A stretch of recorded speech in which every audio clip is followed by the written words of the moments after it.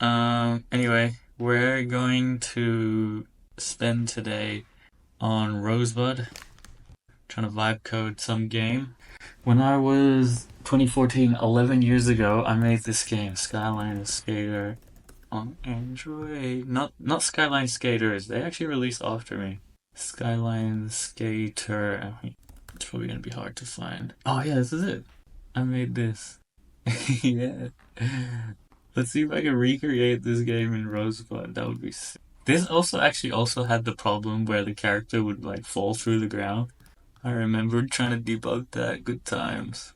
Bro, I made this game without any version control. My version control was just like separate folders being like version 1, version 2. That shit was crazy. Let's see if there is like an endless runner template. Endless. Because actually, I made Skyline Skater from an endless runner template. Ooh, we can make a 3D one. This one looks like people have used it. 900 plays. Let's see. Ah, this is the. It doesn't run though. Oh, look at this Dino Surfer. Collect coins, avoid obstacles. Oh shit.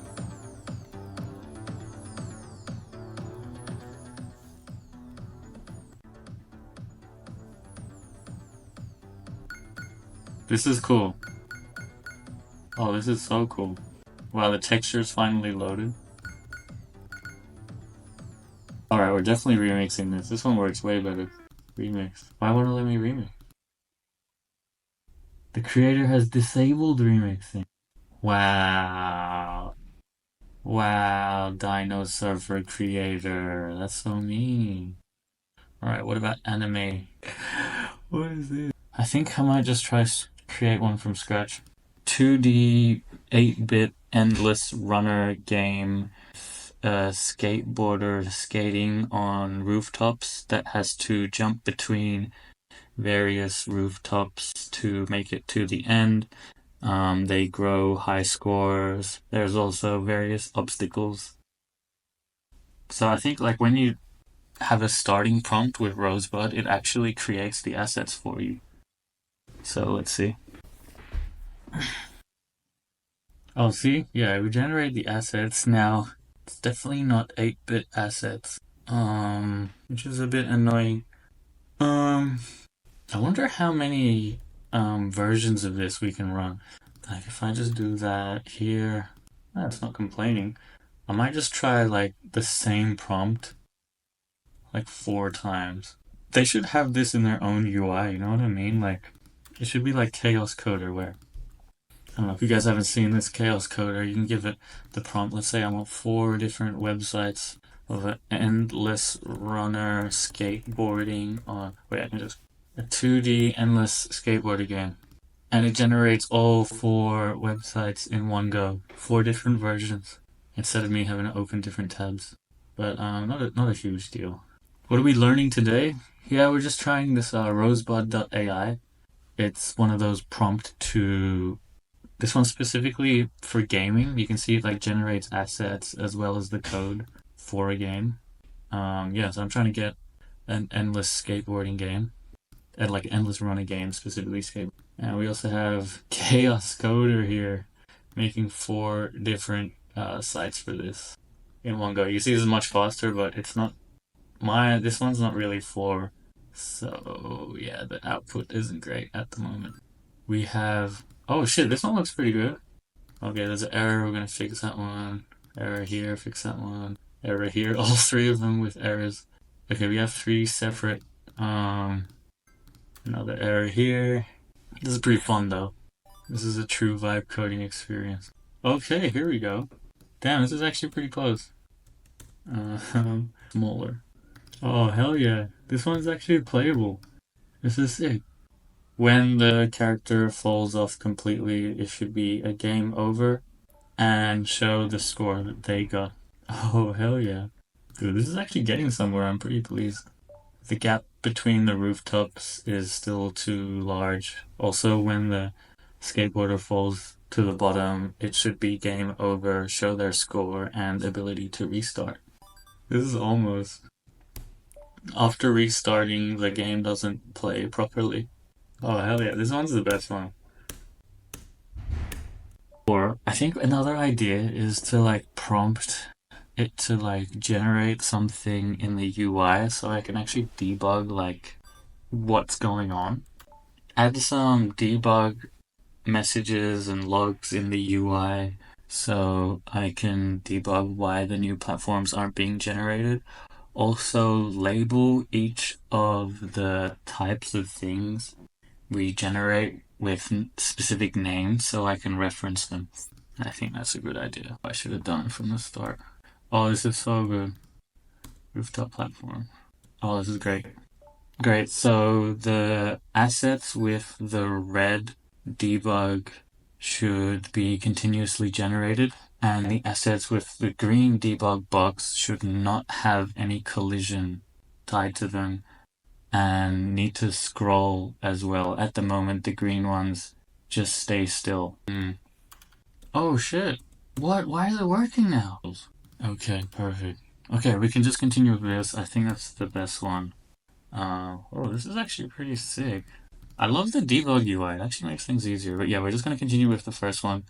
That's a pretty cool tip. So we learned a few tips today for vibe coding games. One of them is to actually get debug information rendered on the UI. So as you can see, I ask for like all this debug information, bounding boxes in different colors. Um, that way we actually know how to prompt better. Because I was saying like, don't render the purple asset, but this AI actually doesn't really know the color of the assets. Like it doesn't have vision probably. So like telling it stuff based off the code is what we need to do. So that was one tip. Another tip was the other tip was like generating multiple starting prompts and working in multiple things can increase the likelihood of having a successful thread. As you saw, I started with three separate projects. They were all pretty buggy, but there was one that was kind of working the best. And we kept trying with all three, but eventually we just stuck with that one that was working the best. Oh, perfect. Okay. Oh, for some reason. Yeah, look at us go. This is it. We have a working Skyline Skater game. That is so sick. Okay. How do we like save? Okay.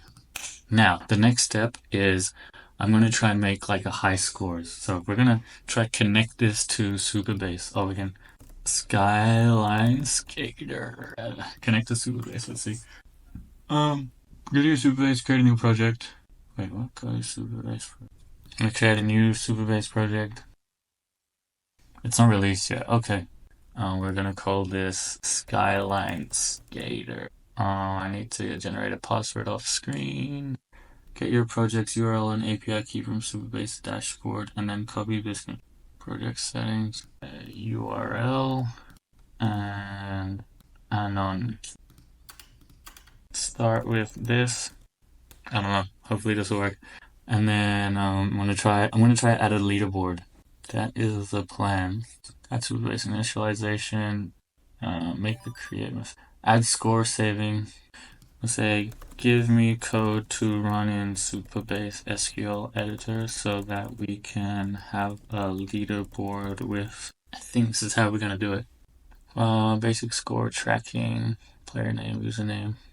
Would you like me to provide? What's Rosebud AI? It's a prompt to like game generators, their main focus. And it does some really cool stuff like create and host assets, connect with Supabase. Yeah, so I just created this endless skateboard kind of game, rooftop runner. Here, let's try it.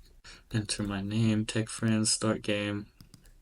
We have, oh, it didn't work too good. All right, top scores.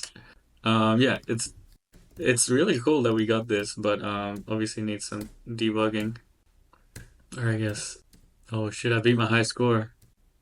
Oh shit, I've smashed my high score. Oh, that one was impossible. Um, let's just do some prompting to improve the UI.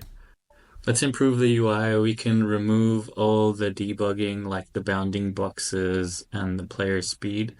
Also, let's improve the fonts for the high score screen, game over screen, and start screen.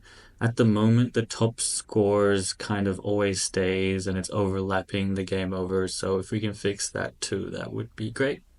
Okay, this is looking better. Top scores controls.